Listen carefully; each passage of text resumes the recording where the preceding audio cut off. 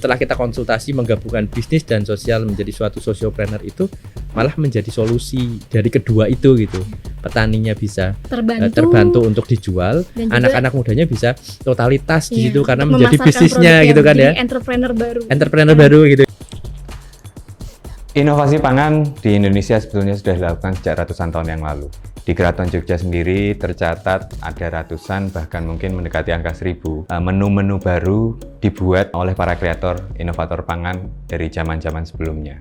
Di mana para inovator pada saat itu berpikir bagaimana caranya menciptakan makanan yang memiliki rasa baru yang akhirnya akan bisa disukai oleh sultan yang bertahta untuk disajikan kepada para tamu-tamunya. Inovasi ini mestinya tidak berhenti, di mana kita sudah lebih global. Indonesia harus mengambil panggung yang lebih luas bagi inovasi pangan dan untuk gastronomi di dunia. Melalui Pangan Fest ini bisa menjadi batu loncatan untuk kita bisa meraih panggung yang lebih besar bagi pangan dari Indonesia.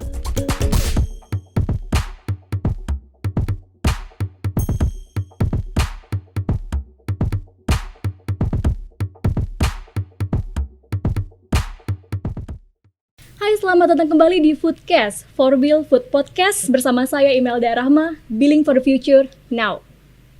Nah, sebelum masuk ke podcast kali ini, buat teman-teman yang mungkin belum familiar ataupun masih penasaran apa itu Foodcast dan juga Forbil Institute. Nah, jadi Forbil Institute adalah lembaga penelitian yang berdomisili di kota Yogyakarta. Nah, lembaga ini mempunyai fokus dalam bidang kajian kebijakan publik, kemudian industri, teknologi, dan juga konsen terhadap isu-isu ketahanan pangan, pertanian, dan juga peternakan. Nah, berangkat dari situ, akhirnya Forbil membentuk Foodcast sebagai wadah sharing terkait inovasi-inovasi yang ada di bidang pangan. Dan juga Foodcast ini mengundang pembicara-pembicara handal yang sudah ahli di bidangnya yang juga telah memberikan inovasi-inovasi di bidang pangan. Nah, untuk podcast kali ini sudah bersama saya nih, tepatnya di samping saya, Mas Riza. Selamat siang, Mas Riza. Selamat siang, Mbak. Selamat siang menjelang sore ya. Ya. Apa kabarnya, Mas? Alhamdulillah sehat, Mbak. Alhamdulillah sehat. Boleh sapa dulu? Ya. Hai. Ya. Jangan canggung, Mas. Santai aja. Aduh, jadi Masnya canggung, saya ikutan canggung. Gitu. Oke, buat yang belum tahu Mas Riza ini siapa? Mas Riza ini adalah pendiri atau founder dari Rumah Mokaf Indonesia. Nah, saat ini kita akan berbincang-bincang soal inovasi mokafnya nih. Ya, mokaf ini apa ya? Kebetulan saya baru pertama kali dengar mokaf. Mokaf itu sebenarnya kayak nama kafe. Ya. Okay. Mungkin orang kalau tahu sepintas itu moka gitu ya. Moka. Mungkin dikira moka gitu. Iya, saya pikir kopi. Kopi gitu kan ya. Sebenarnya mokaf itu kan kepanjangan dari Modified Cassava Flour.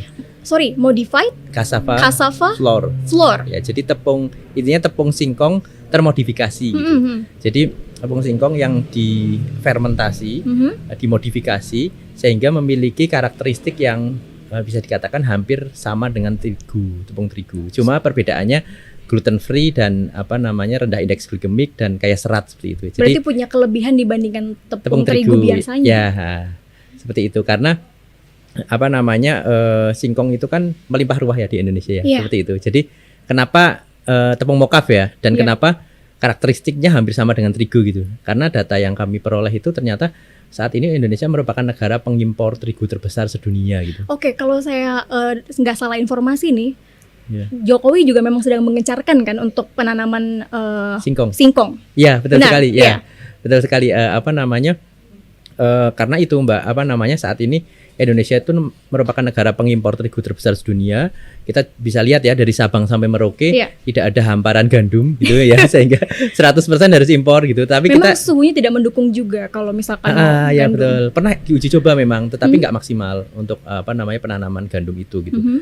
Terus kemudian tapi kita lihat ya dari kalangan menengah ke atas sampai kalangan menengah ke bawah semua mengkonsumsi terigu gitu kan. Kenapa serapannya terbanyak gitu ya. Bahkan kalau di kampung halaman kami di Banjarnegara itu ada makanan khas namanya tempe mendoan. Tempe mendoan. Ya, di sini juga banyak kok tempe mendoan. Banyak ya. Itu jadi makanan khas Banjarnegara, Banyumas, Purwokerto gitu ya. Hampir setiap pertigaan perempatan itu ada makanan khas, makanan tradisional gitu yang dibanggakan.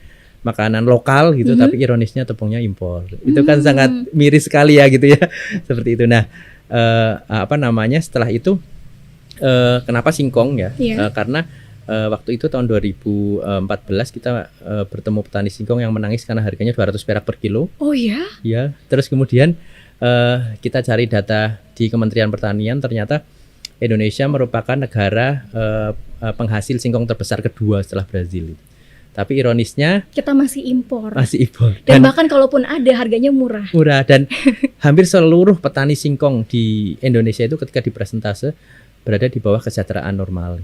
Jadi karena udah harganya murah, panennya setahun sekali, sehingga tidak menjadi makanan yang tidak seksi ya. Iya. Apalagi image singkong itu anak singkong, terus Kayaknya anak singkong tradisional itu banget iya, gitu, konvensional banget makanan makanannya. pinggiran Iya. alternatif dan makanannya orang susah itu.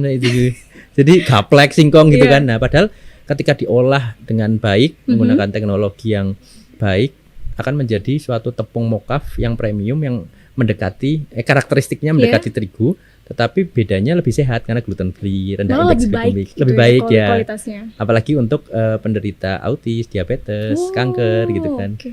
Itu kan gluten itu menjadi tantangan ya bagi mereka gitu yang ada di dalam terigu itu. Oke, ini sejak kapan sih rumah mokaf ini berdiri? Kita bergerak itu semenjak tahun 2014 waktu itu. Oh, berarti kalau dihitung tahun sekarang sudah sekitar 5 tahun lebih, 6 tahun lah ya? Ya, betul. Jadi 2014 itu awalnya kita lebih ke ini Mbak, sosial 100% ya. Karena kita waktu itu awalnya memang 2014 saya balik kampung ke Banjarnegara. Itu berarti diproduksinya di Banjarnegara, rumah mokaf itu? Betul sekali. Oke. Jadi kita awalnya memang dari Banjarnegara gitu. Kebetulan Banjarnegara kan kabupaten penghasil singkong terbesar kedua ya di Jawa Tengah gitu kan.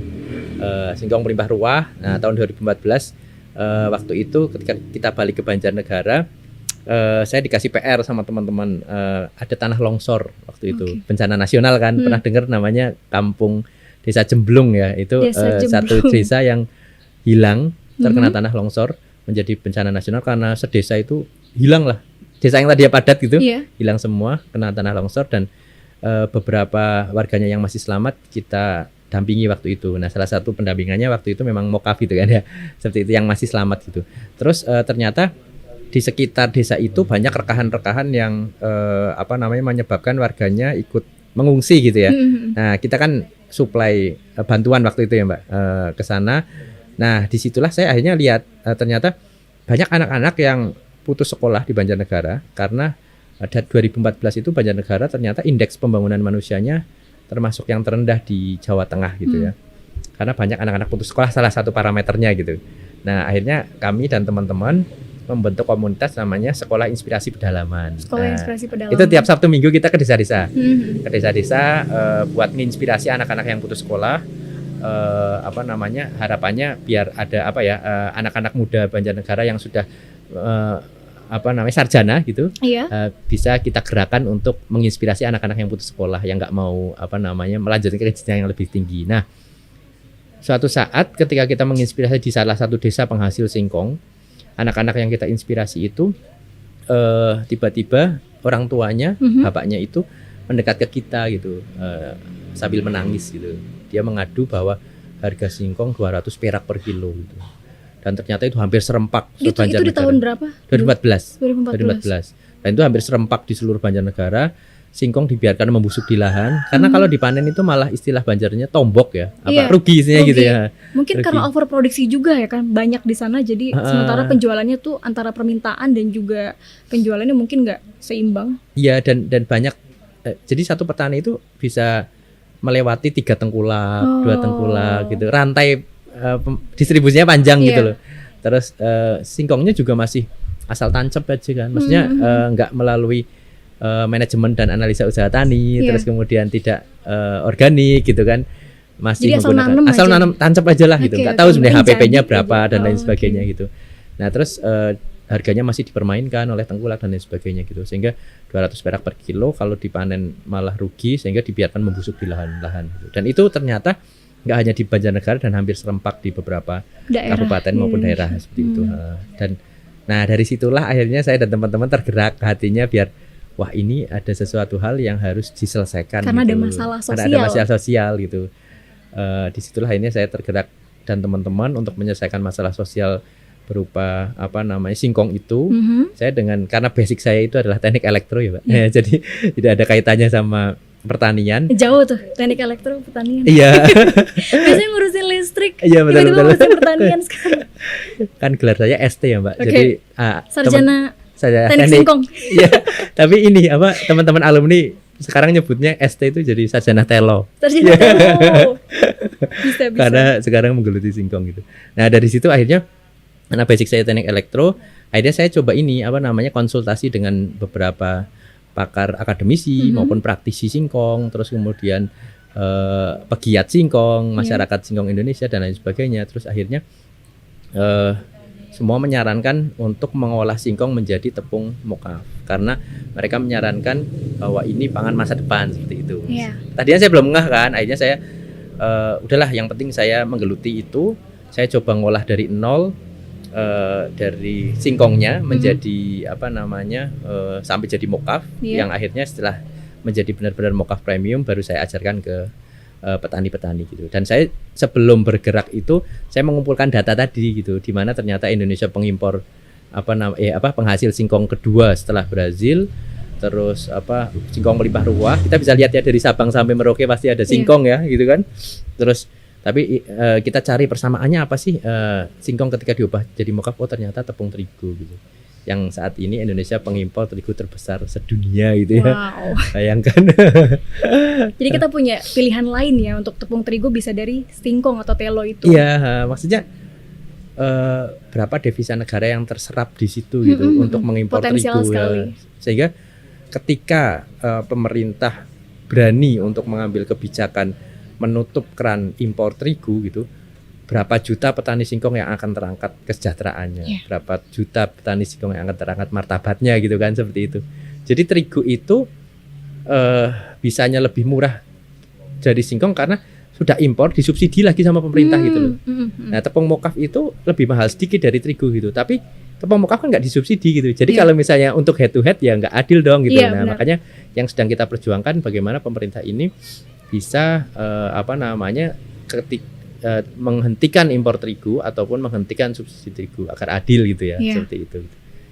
Butuh gerakan secara bersama-sama lah seperti itu ya. Oke, sangat inspiratif sekali. Berarti memang dari awal terdorong dari masalah-masalah sosial yang akhirnya memunculkan inovasi di bidang pangan, ya ini mokaf itu sendiri. Ya, betul sekali. Bisa diceritakan Mas pengolahan mokafnya itu seperti apa? Dari awal nih jadi telo dulu, digimanain prosesnya? Jadi sebenarnya secara pengolahannya tidak terlalu susah ya, tidak terlalu sulit ya untuk dikembangkan gitu. Karena itu sangat simpel sekali gitu. Karena si singkongnya itu kita olah menjadi kita kupas gitu ya, terus kemudian kita potong tipis-tipis seperti stripping gitu, terus kemudian kita rendam 3 hari 3 malam untuk melakukan fermentasi. Modifikasinya kan di situ kan, memecah protein agar dari polisakarida menjadi monosakarida atau disakarida gitu ya. Terus kemudian dari situlah dikeringkan, terus kemudian ditepungkan menjadi tepung mokaf seperti itu. Nah, saya memang belajar itu dari nol gitu ya, sehingga kita ajarkan ke petani-petani singkong yang ada di desa-desa. Waktu itu ada sekitar 11 kelompok tani lah yang kita ajarkan. Tapi memang mindset kita waktu itu 100% sosial gitu. Tidak ada kepikiran sekali untuk bisnis waktu untuk itu. mengarah ke komersial. Ke bisnis ya, karena waktu itu memang benar-benar gerakan empati dari hati, karena kita pengen, ya bayangkan ada petani singkong nangis di depan kita karena harga singkong 200 perak per kilo. Nah, kita hanya pengen gerakan hati aja gitu dari teman-teman, pengen volunteer aja. Nah, jadi kita ke desa-desa mengajarkan mokaf, petani semangat sekali gitu ya. Ya kita sampaikan bahwa ini produk baru, pasarnya kita cari bersama-sama gitu. Ternyata waktu itu penangkapan dari petani itu, ketika kita mengajarkan ya kita harus membelinya gitu kan gitu. Jadi waktu itu bukannya menyelesaikan masalah, malah nambah masalah gitu. Karena setelah jadi mokaf itu menumpuk di desa-desa, akhirnya mereka bingung jualnya kemana gitu. Karena produk baru ya, produk baru dan lebih mahal dari terigu gitu kan. Dan masyarakat belum familiar, masyarakat masih menganggap mokaf itu gaplek gitu kan. Padahal itu kan gaplek itu kan tepung singkong yang dikeringkan nggak melalui proses fermentasi langsung ditepungkan gitu kan, seperti itu. Jadi image-nya yo gaplek paling itulah gitu. Padahal itu kan beda jauh ya secara gizi, secara tekstur kimia dan lain sebagainya gitu. Nah, disitulah akhirnya saya dan teman-teman berpikir kan, loh ini bukannya menyelesaikan masalah, pemberdayaannya malah nambah masalah gitu kan. Jadi nggak bisa jual. Lagi-lagi overproduksi lagi. Overproduksi, pemasarannya gimana gitu kan. Malah bingung gitu. Akhirnya saya dan teman-teman mencoba berkonsultasi lagi dengan para pakar sosiolog dan sosiopreneur gitu. Bagaimana sih menggabungkan antara sosial dan bisnis gitu. Agar bisa berjalan beriringan, agar bisa sustainability-nya bisa jangka panjang gitu ya. Dan problem yang kedua pun nggak hanya petaninya ya yang nggak bisa jual, tapi anak-anak muda yang volunteer ini ketika memberdayakan petani singkong itu kan mereka butuh hidup juga ya. Maksudnya mereka bukan malaikat juga gitu kan. Mereka butuh sokongan hidup, pemasukan hidup, logistik ya kan. Nggak bisa menjadi relawan terus kan gitu. Nah, banyak anak-anak muda yang akhirnya merantau ke kota karena dapat pekerjaan yang lebih ini. Tapi kita nggak bisa menyalahkan juga kan, mereka butuh hidup juga, butuh tuntutan hidup juga gitu. Nah ternyata setelah kita konsultasi menggabungkan bisnis dan sosial menjadi suatu sosiopreneur itu malah menjadi solusi dari kedua itu gitu. Petaninya bisa terbantu untuk dijual, anak-anak mudanya bisa totalitas di situ karena menjadi bisnisnya gitu kan ya. Entrepreneur baru gitu. Jadi dia bisa totalitas di situ 100% memikirkan tentang mokaf, tentang petani singkong, istilahnya hidup matinya sudah di situ gitu ya, sehingga bisa memikirkan 24 jam gitu kan, dan pemberdayaannya juga bisa ke lapangan secara intens gitu ya. Nah disitulah akhirnya kita menemukan suatu konsep sosiopreneur, menggabungkan sosial dan bisnis. Intinya adalah bisnis yang berkeadilan, itu yang menjadi yang kita garis bawahi gitu ya. Bisnis yang bisnis yang inklusif lah ya. Yang bisa mensejahterakan banyak orang, bisnis yang memberikan impact sosial yang besar seperti itu. Nah, disitulah akhirnya kita membangun suatu perusahaan sosiopreneur bernama Rumah Mokaf Indonesia yang di situ adalah rumah besar dari ketiga klaster ya. Klaster yang pertama akhirnya kita bagi menjadi 3 klaster gitu ya, Mbak. Klaster yang pertama itu klaster petani singkong yang sudah bertahun-tahun menanam singkong tapi asal tancap gitu ya. Nah, ini yang awal tadi ya. Jadi asal tancap, masih sering rugi. Terus kita identifikasi tuh masalah sebenarnya apa sih petani singkong gitu kan. Yang pertama memang tidak ada manajemen dan analisa usaha tani. Yang pertama itu. Terus yang kedua asal tancap, nggak melakukan riset terus kemudian teknologi terbarukan gitu kan. Terus kemudian ini Mbak, yang menarik itu hampir seluruh petani singkong yang kita datangi waktu itu pasti terjerat bank rentenir. Karena ya gimana nggak terjerat perintah darat yang ada di desa. Iya betul. Karena panennya 1 kali setahun. Sekali panen harga jual 200 perak per kilo, ya pasti itu kan tombok gitu kan, harus balik modal lagi, harus pinjam gitu kan, harus pinjam dan lain sebagainya gitu. Nah disitulah akhirnya kita dampingi petani singkongnya, anak-anak muda ini mendampingi petani singkong agar maksimal, agar produktivitasnya meningkat. Ternyata satu petani singkong itu pasti kalau nggak punya kambing punya sapi. Nah itu kita komunalkan. Terus kemudian kotorannya kita olah ya, kita membuat suatu rumah-rumahan di tengah lahan singkong yang semua petani bisa mengakses secara gratis di situ. Tapi kita olah bersama petani, kotorannya itu kita olah menjadi pupuk organik baik itu padat maupun cair. Jadi petani yang butuh untuk memupuk singkong itu tinggal ngambil di situ gitu. Alhasil sekarang itu free ya? Free ya, tapi kita olah secara bersama-sama. Petani yang ada di situ tinggal ngambil kebutuhannya lah, terserah gitu. Nah ternyata setelah kita olah, sekarang lahan kita pertanian setelah proses ya selama 1-2 tahun, sekarang lahan singkong kita sudah sertifikasi organik gitu kan. Jadi produktivitasnya yang tadinya maksimal 1 hektar itu hanya keluar 10 ton saja gitu maksimal. Sekarang maksimal 10 ton. Iya, sehektarnya ya. Sekarang minimal sudah bisa keluar 30 ton minimal gitu. Jadi bisa lebih dari itu. Nah, kita menggunakan sistem integrated farming gitu. Nah, kulit singkongnya itu ketika diolah dari mokaf, kita olah lagi menjadi pakan ternak gitu kan. Sehingga tidak ada limbah Jadi yang saling terbuang. berkesinambungan ya ternaknya. Zero waste gitu ya, integrated farming gitu Iya, kan. ternaknya fesesnya jadi pupuk, Terus kemudian kulitnya untuk diolah jadi makanan ternak. ternak. Seperti itu. Jadi Cycle-nya positif sekali. iya, zero waste, terus nggak ada sama sekali. Dan petani kita dampingi terkait HPP dan marginnya, dalam artian petani sekarang sudah bisa berhitung nih sebenarnya HPP-nya dia 1 kilo singkong itu berapa sih semenjak bibit. Karena udah mulai ada manajemennya. Jadi nggak kita asal tancap lagi. nggak asal tancap lagi gitu. Jadi kita bareng-bareng kumpulkan petani, ayo kita hitung bareng-bareng sebenarnya dari bibit sampai panen, pencabutan sampai atas truk gitu ya. Sebenarnya berapa sih HPP 1 kilo singkong? Nah, akhirnya ketemulah, terus akhirnya kita sepakati harga secara bersama-sama gitu kan. Terus yang klaster yang kedua itu ada pengrajin mokaf. Pengrajin mokaf itu ibu-ibu yang tadinya menganggur di desa-desa, yang tadinya ibu-ibu rumah tangga gitu, hanya di rumah gitu ya. Kita kumpulkan, kita berdayakan, kita bentuk kelompok menjadi suatu pengrajin mokaf, yaitu yang tugasnya adalah melakukan pengolahan dari singkong itu menjadi tepung mokaf kasar atau istilah kita chip mokaf gitu ya. Chip mokaf. Jadi tugasnya ibu-ibu adalah mengupas singkong, mencuci, memotong tipis-tipis, terus kemudian melakukan fermentasi, mengeringkan sampai menjadi kering gitu ya, seperti itu menjadi chip mokaf. Nah, akhirnya ada perputaran ekonomi baru di situ. Terus kemudian ibu-ibunya yang tadinya tidak memiliki masukan sekarang sudah memiliki tabungan, membantu suaminya dan lain sebagainya gitu. Terus yang klaster yang ketiga adalah anak-anak muda yang di rumah mokaf Indonesia ini, yang tugasnya adalah melakukan Saya izin minum ya, Mas. iya, monggo. Melakukan pendampingan terhadap petani dan pengrajin mokaf, menjadi fasilitator gitu ya. Termasuk anak-anak muda ini menjadi suatu entrepreneurnya gitu, sociopreneurnya gitu ya, yang 24 jam memikirkan tentang mokaf gitu, melakukan pendampingan dan yang terpenting melakukan branding, packaging, pengemasan dan sertifikasi. Wah, yang paling Karena sulit itu itu gaya sertifikasi. pemasaran zaman sekarang kan, Ya. harus packaging yang bagus, branding yang Ya, bagus. betul sekali.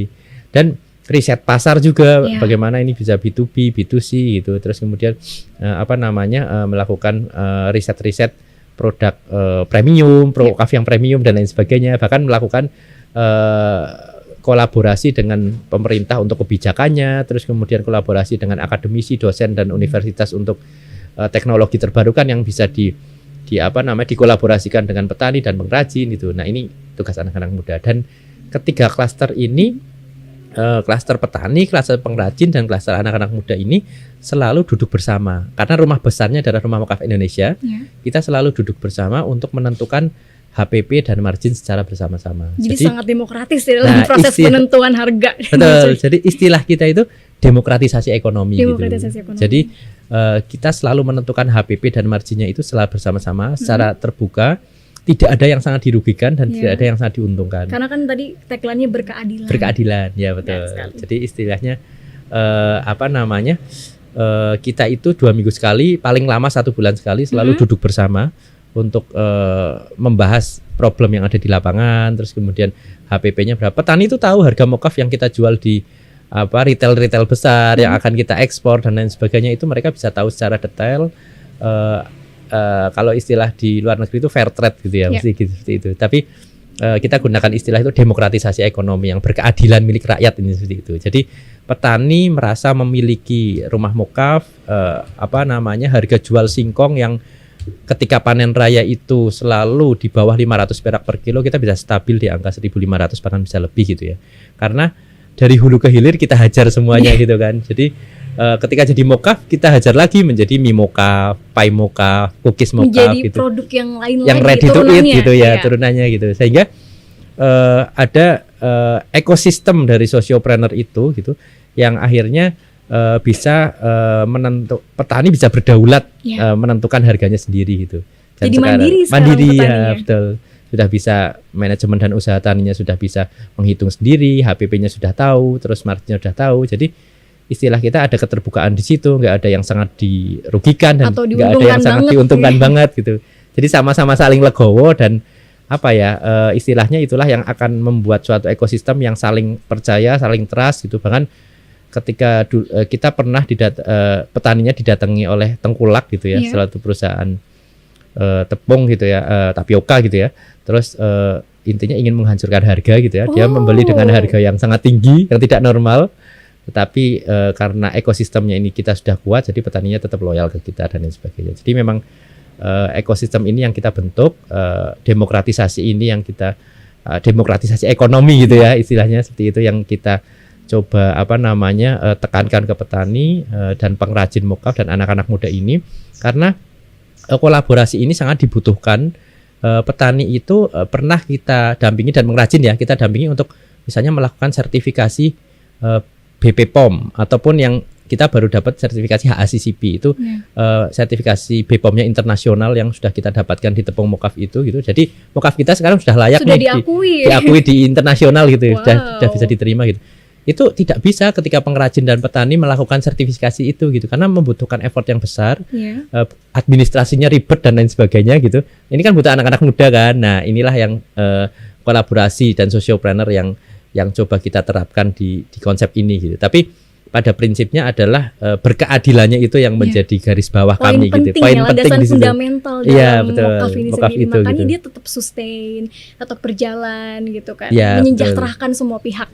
Pelan-pelan tapi pasti. Pelan-pelan gitu. tapi pasti. Pelan-pelan tapi pasti ya. Mungkin alon-alon asal kelakon. Asal kelakon.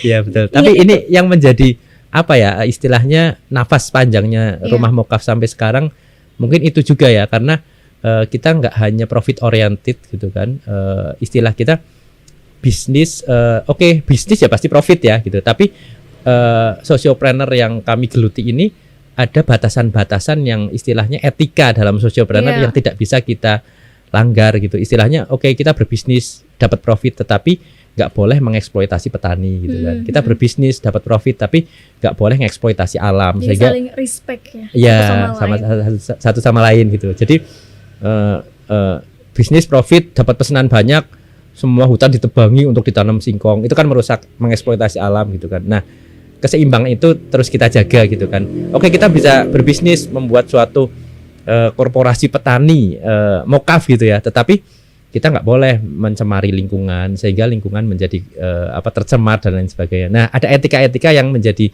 dasar kami untuk bergerak gitu. Jadi bisnis yang tidak hanya profit oriented tapi juga istilah kami daya dukung alam itu selalu diperhatikan ya, sehingga keseimbangan itu akan tetap terjaga dan nafas panjang ini akan terus bergerak gitu, seperti itu ya. Keren sekali. Ini saya nggak bisa ngomong apa-apa, diem-diem tercengang banget. Wow. Dari hal yang sederhana tapi punya efek sustainability yang sangat panjang ya, dan juga memikirkan banyak aspek, nggak dari segi sosialnya juga tapi lingkungannya juga di situ. Itu makanya mokaf terus berjalan sampai detik ini. Ya betul. Selamat ya Mas. Ya. Wow, impressive. Well, kalau kita tadi udah bahas bagian metodenya maupun kayak teknik pengolahannya dan juga produk-produknya, sekarang saya penasaran di segi teknik pemasarannya nih. Kan lagi pandemi gitu kan, dan semua aspek biasanya mengalami kemerosotan. Ya, betul. Apakah mokaf juga mengalami hal yang sama? Dan apakah strategi pemasaran itu berjalan secara dua arah, online offline, atau enggak Mbak sekarang online aja? Enggak, pakai dua arah, online offline, itu bagaimana? Ya. Nah, ini yang menarik Mbak sebenarnya terkait pemasaran terutama pandemi gitu ya. Mungkin di saat banyak UMKM yang gulung tikar terus kemudian terdampak gitu ya. Nah, ini Rumah Mokaf itu termasuk yang terdampak secara positif gitu ya. Ya, jadi grafiknya itu meningkat drastis gitu semenjak pandemi. Pandemi sebagai pembawa berkah. Jadi, ya ini yang kami lagi mencoba riset kecil-kecilan gitu. Kenapa semenjak pandemi justru Mokaf ini, Rumah Mokaf Indonesia itu penjualannya meningkat drastis gitu ya. Karena mungkin hasil kesimpulan kami ya, riset kecil-kecilan itu, yang pertama karena gaya hidup sehat di masyarakat sudah mulai sadar gitu ya. Iya, dengan adanya pandemi ini kan semua orang jadi konsen nih terhadap kesehatan masing-masing. Yang dulunya kayak abai, kan nggak perlu cuci tangan deh atau apa, makannya nggak higienis, sekarang udah mulai takut nih, udah mulai pengen ganti pola hidup jadi pola hidup lebih sehat. Lebih sehat ya. Jadi gluten free itu menjadi hal yang seksi sekarang ya, karena hasil riset teman-teman di digital marketingnya Rumah Mokaf itu ternyata orang yang membicarakan gluten free itu semakin meningkat ketika pandemi gitu ya. Mungkin Rumah Mokaf akhirnya kena dampak positifnya di situ gitu. Terus yang kedua, hasil kesimpulan kami mungkin karena banyak ibu-ibu yang akhirnya WFH, terus akhirnya mencoba-coba untuk membuat kue dan lain sebagainya di rumah gitu. Akhirnya mencoba-coba, oh ini ada tepung lokal gluten free ya. Akhirnya mencoba. Mungkin itu juga menjadi salah satu kesimpulan kami. Dan yang terakhir, isu setelah pandemi itu isu food security ya, apa istilahnya, kedaulatan pangan lokal, pangan itu menjadi isu yang sensitif di pandemi, karena ketika semua negara mengamankan keamanan pangannya sendiri-sendiri, akhirnya keamanan pangan dan ketahanan pangan dan kedaulatan pangan di Indonesia itu menjadi diperhatikan gitu. Akhirnya Mokaf ini akhirnya menjadi suatu hal yang naik daun dan menjadi suatu hal yang seksi gitu, karena bayangkan negara penghasil singkong terbesar kedua sedunia, tetapi petani singkongnya berada di bawah kesejahteraan normal, tetapi sangat ironis ya, kontradiktif gitu loh dan antara Indonesia pengimpor terbesar sedunia gitu loh, dan nggak ada gandum di Indonesia gitu loh. Seperti itu kan miris sekali gitu kan. Banyak makanan tradisional yang menggunakan gandum lagi gitu kan. Nah itulah yang mungkin menjadi hal yang sangat momentumnya dapat di pandemi ini, dan mungkin nanti kami terus kawal terutama kebijakan-kebijakan pemerintah gitu, karena secara infrastruktur itu kita sudah sangat mampu. Kita pernah berhitung ya, data dari Kementerian Pertanian kita akses dari Sabang sampai Merauke sebenarnya potensi singkong itu berapa sih ya, kita coba hitung. Terus kemudian pengguna terigu per kapita ya di Indonesia kita coba hitung lewat data BPS. Ternyata ketika misalnya suatu saat ada suatu pemimpin di Indonesia yang berani untuk menghentikan impor terigu gitu ya, meskipun itu sangat berat tapi butuh pemimpin yang berani gitu ya untuk menghentikan impor terigu, kita sangat mampu, Mbak. Maksudnya kita punya potensi untuk arah sana gitu. Maksudnya hasil data singkong Kementerian Pertanian itu lebih ketika dibuat Mokaf, terus kemudian untuk menggantikan terigu itu sangat lebih. Ini kan masalah mindset saja kan. Kita sudah bertahun-tahun dicekoki kemauan ya. Jadi kita sudah bertahun-tahun dicekoki oleh terigu gitu. Kalau nggak makan mie instan yang dari terigu rasanya ada yang kurang. Ini kan masalah lidah saja kan. Karena kita sudah bertahun-tahun dicekoki itu gitu, dijajah dengan tepung terigu gitu ya. Nah, ini kan masalah mindset saja, sehingga butuh keberanian kebijakan yang bisa mengubah itu gitu. Dan istilah kami kedaulatan mulut kita saja sekarang gitu kan. Bagaimana mulut kita ini bisa istilahnya berkompromi gitu, terus kemudian bisa berdaulat dalam artian ini dari terigu saya enggak lah gitu. Indonesia. Saya mending dari singkong. Nah, itu kan ini masalah nafsu mulut aja gitu kan, seperti itu. Nah, itu mungkin butuh kolaborasi lintas sektor, kolaborasi lintas macam-macam lah gitulah, karena ya butuh gerakan grassroots, akar rumput yang secara berjamaah bisa bersama-sama untuk agar Indonesia bisa berdaulat secara pangan seperti itu. Berarti sekarang pemasarannya dilakukan secara online dan offline? Ya, jadi kalau online di platform khusus sendiri atau bagaimana, Mas? Ya, kalau yang pertama offline ya, offline dulu. Kita melakukan edukasi ke masyarakat juga. Jadi di Banjarnegara itu ada Rumah Mokaf Resto namanya. Rumah Mokaf Resto. Jadi semacam restoran, tetapi yang semua bahannya dari tepung mokaf gitu. Fried chicken dari tepung mokaf gitu. Jadi kita nggak kalah dengan fried chicken yang brand besar itu gitu. Tapi kita bisa lebih sehat, dan fried chicken itu gluten free dong. Lebih crispy gitu ya. Ya lebih crispy gitu.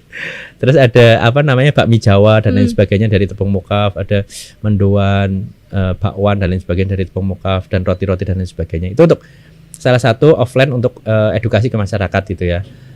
Dengan menggunakan produk-produk yang tadinya dari tepung terigu, olahan-olahan yang ready to eat kita coba olah semuanya dari tepung mokaf gitu kan. Istilahnya substitusi ya, Mas. Mengganti. Bahkan 100% pun kita sudah bisa gitu. Iya. Ini tinggal gimana kitanya aja. Betul. Nah, terus yang kedua online. Nah, kalau online itu kita sudah hampir di semua online shop gitu kita ada. Terus kemudian di media sosial juga ada, di rumahmokaf.co.id ataupun rumahmokaf.id. Kita juga menggunakan itu website kita yang untuk jual beli juga, transaksi dan untuk company profile juga ada gitu kan. Terus kemudian di semua online shop ada, terus kemudian kita ada tim digital marketing, anak-anak muda yang di Rumah Mokaf yang tugasnya meriset bagaimana Mokaf ini bisa ada di setiap agen, reseller dan lain sebagainya. Kalau boleh tahu, ada berapa ya jumlah volunteer atau jumlah yang kerja di Mokaf ini? Kalau digital marketingnya karyawan, atau karyawannya? Jumlah semua karyawan. Kalau jumlah petani dan pengrajin yang terlibat di rumah besar rumah wakaf itu ada sekitar 550 gitu. Itu yang sudah terlibat ya dari tahun 2014. Iya. Nah, kalau yang anak-anak mudanya yang di rumah wakaf itu ada sekitar 20-an. Itu tugasnya adalah ada digital marketing, ada purchasing, ada pemasaran, ada macam-macam lah ya, keuangan dan lain sebagainya gitu kan. Nah, kalau online-nya itu kita mencoba untuk di semua online shop, media sosial, kita riset-riset bagaimana B2B dan B2C-nya bisa terus berjalan gitu. Kita kan ada jual karungan nih 50 kiloan gitu untuk industri-industri gitu kan. Terus B2B, terus kalau B2C-nya kita ada standing pouch 500 gram gitu ya. Untuk istilahnya untuk yang ibu-ibu rumah tangga, untuk retail-retail besar gitu kan. Nah, itu terus kita lakukan, terus kita sudah tersebar 120 agen di seluruh Indonesia gitu ya. Agen rumah wakaf sudah besar ya ternyata wakaf ini. Nah, itu kita teruslah masifkan itu, terus bahkan bulan ini kita masuk di platform Alibaba karena ternyata di Alibaba itu orang yang membicarakan tepung mokaf gluten free itu di berbagai negara itu terus meningkat gitu kan. Jadi mulai bulan kemarin ada tim Alibaba yang dari pusat yang sudah standby di rumah mokaf untuk terus membantu penetrasi pasar di mokaf ke global seperti itu ya. Berarti mokaf sudah diekspor. Beberapa kali kita kirim ke Malaysia, Singapura gitu kan, Belgia gitu. Cuma masih hand carry ya, maksudnya dalam artian di bawah 1 koper full gitu ya, maksudnya 20. Belum dalam jumlah yang besar. Yang besar ya, karena waktu itu masih terkendala di HACCP, karena HACCP kan baru keluar bulan ini kan. Jadi ini kita mempersiapkan untuk ekspor di skala besar. Tapi ekspor ini sebenarnya bukan menjadi tujuan utama kami, dalam artian ekspor ini hanya untuk membuka mindset masyarakat Indonesia gitu. Bahkan bahwa ini loh tepung singkong atau singkong yang kalian anggap sebagai makanan pinggiran gitu, makanannya orang susah gitu kan, makanannya alternatif gitu kan. Ternyata malah diminati di luar negeri gitu. Bahkan orang-orang menengah ke atas di luar negeri itu yang mencari tepung mokaf gluten free gitu. Jadi ini lebih membuka mindset masyarakat bahwa tepung mokaf ini ternyata diminati di luar negeri gitu. Kenapa di sini malah ditinggal gitu loh, seperti itu. Dianggap makanan remeh gitu kan, seperti itu. Nah, itu lebih ke sana saja sih Mbak sebenarnya. Jadi ekspor ini lebih ke bisa menyerap petani singkong, nilai jualnya bisa lebih tinggi, dan yang paling penting membuka mindset ya masyarakat Indonesia bahwa biasanya kan produk impor produk ekspor gitu, kayaknya keren gitu kan dan lain sebagainya gitu. Kalau udah baunya ke barat-baratan, ke luar negeri baru kita tuh mandang yang biasanya. Ya betul banget itu. Tipenya seperti itu. Itu kan ironis ya, tapi ya terus kita lakukanlah berbagai macam cara agar petani singkongnya itu bisa terangkat ya kesejahteraannya dan martabatnya gitu, seperti itu. Oke Mas, tadi sebelumnya Mas juga sempat bahas udah disertifikasi. Ya betul. Nah itu proses sertifikasinya kan tadi katanya rumit tuh. Boleh dijelaskan nggak? Rumitnya itu di bagian mana? Birokrasinya kah, perizinannya atau apanya? Iya, jadi sertifikasi itu memang sangat membutuhkan energi yang sangat besar ya. Dalam artian ada halal MUI, ada PIRT, ada BP POM gitu. Terus ada ISO 9001 gitu kan, ada HACCP, itu sudah kita lalui semua gitu, dan kita itu memakan waktu berapa lama kalau boleh tahu? 1 sampai 2 tahun sih gitu. Memang waktunya. Itu penantian yang panjang juga gitu kan. Tapi sudah goal. Sudah goal ya, sudah lega gitu. Cuma memang nah ini kelemahannya saya yakin ya UMKM yang ada di desa ataupun petani yang ada di desa susah untuk mendapatkan sertifikasi itu kalau masih seperti ini konvensional ya, karena dalam artian susah memang gitu untuk mendapatkan itu, butuh standarnya ketat juga, beberapa kualifikasinya juga harus dipenuhi ya, secara administrasinya steril atau standar, gitu kan. Belum administrasi yang sangat banyak, terus kemudian belum nanti memperbaiki rumah produksi dan lain sebagainya gitu. Nah, itu memang butuh kolaborasi gitu. Anak-anak muda sudah saatnya untuk balik ke desa. Banyak sekali potensi lah yang bisa kita gerakkan. Anak-anak muda sudah saatnya balik ke desa, kolaborasi dengan petani, dengan pengrajin, terus kemudian bisa mengangkat daerahnya masing-masing dengan potensi yang ada di urusan mindset juga kan. Gimana caranya mengubah kalau pulang ke desa tuh bukan berarti kamu tuh menurunkan derajat, tapi kamu punya potensi untuk bangun desa itu. Ya, Dengan betul sekali. inovasi-inovasi pangan contohnya. Nah, betul. Jadi biar nggak padat banget kotanya, kan sekarang mikirnya, oh kalau mau sukses tuh berarti saya harus pindah ke kota besar gitu kan. Kalau balik ke desa rasanya Iya, benar. ya kan Mas Betul. merasakan sendiri. Betul.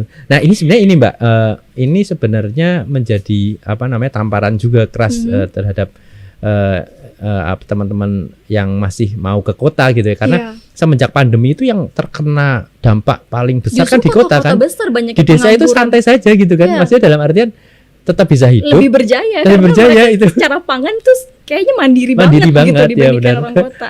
Benar. Jadi di desa nggak terdampak apa-apa ya, karena ada pangan ya tinggal Nandur aja.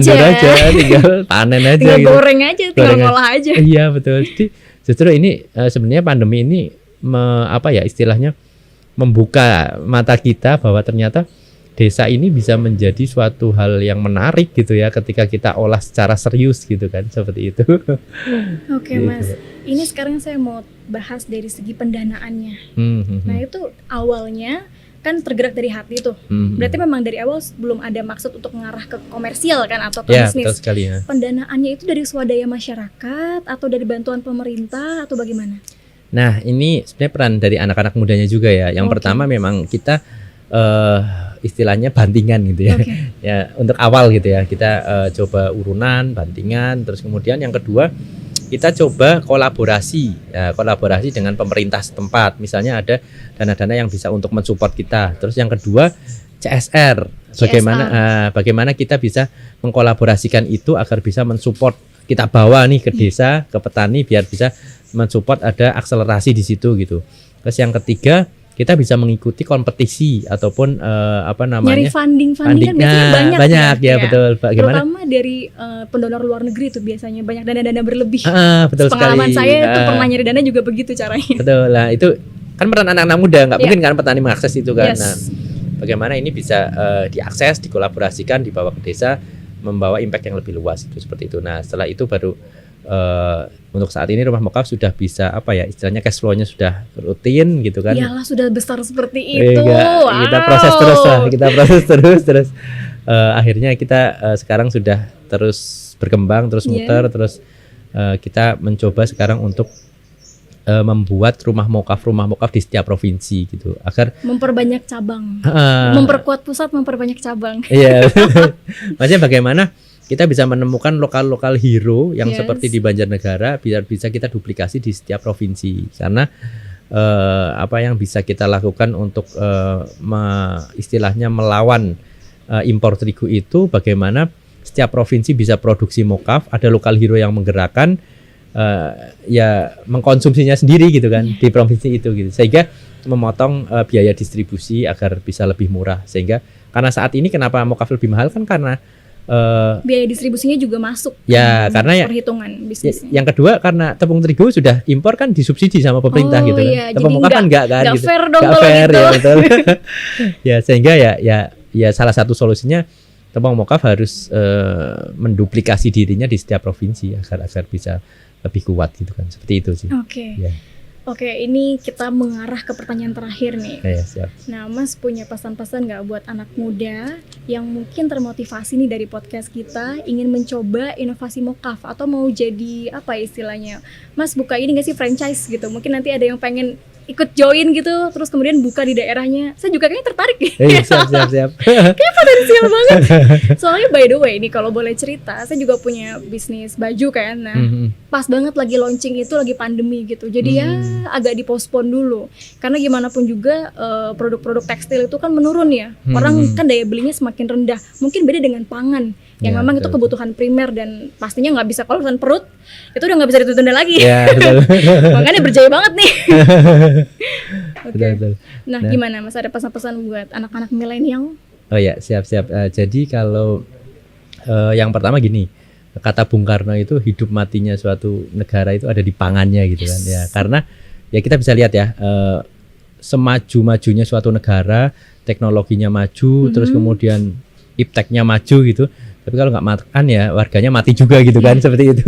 Jadi pangan ini menjadi suatu hal yang sangat penting, terutama di bagian ketahanan pangan. Apalagi pemerintah ini melalui Presiden Jokowi mencoba untuk membuat food estate gitu kan, Iya. melalui Menteri Ketahanan Pangan, dan ternyata salah satu fokusannya adalah menanam singkong yang Menanam nanti singkong. arahnya Yes. ke mokaf gitu ya, ke Amin. mokaf gitu.